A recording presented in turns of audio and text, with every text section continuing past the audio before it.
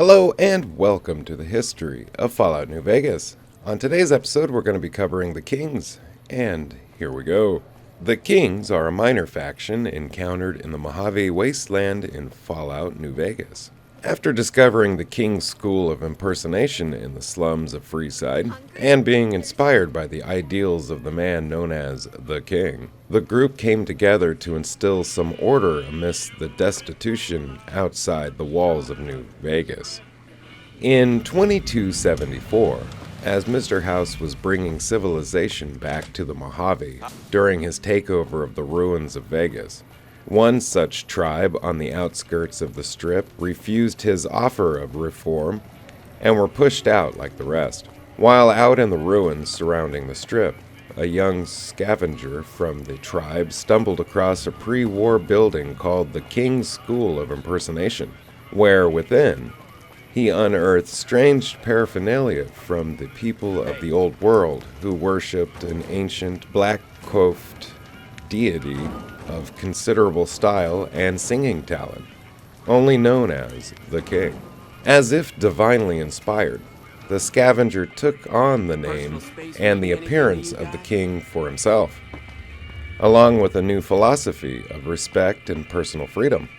His words awed the rest of the tribe, who also began to call themselves the Kings, and dress in a similar style to the King: denim, hair gel, and leather. The cyber dog Rex was later adopted by the King, and now lives alongside the rest of the tribe in their headquarters within the old King's School of Impersonation in the slums of Freeside. Since those earlier days, the Kings have grown to become the dominant force of Freeside, fiercely independent from both the new California Republic or from House's free economic zone of New Vegas. However, within the growing strife of the rest of the Mojave, NCR squatters have begun moving into the King's territory, backed by the NCR. The King sees the NCR as being a potential threat, even to the point of being the devil in disguise, and are determined to push them out, by force if needed. However, a large part of this was down to the King's second-in-command, Pacer, who purposely escalated tensions. Ideology.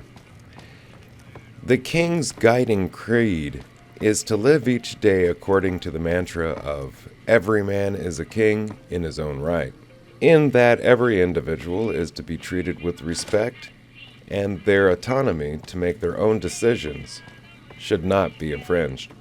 As such, the Kings greatly resent House, who stepped over their lives and liberties of those who lived in Vegas before he and the three families took over, as well as the NCR and their heavy-handed approach to governance and laws.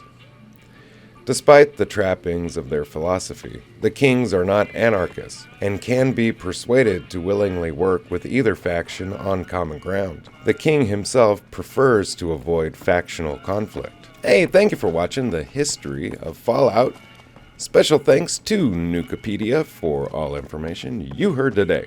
Have a great day. Bye-bye.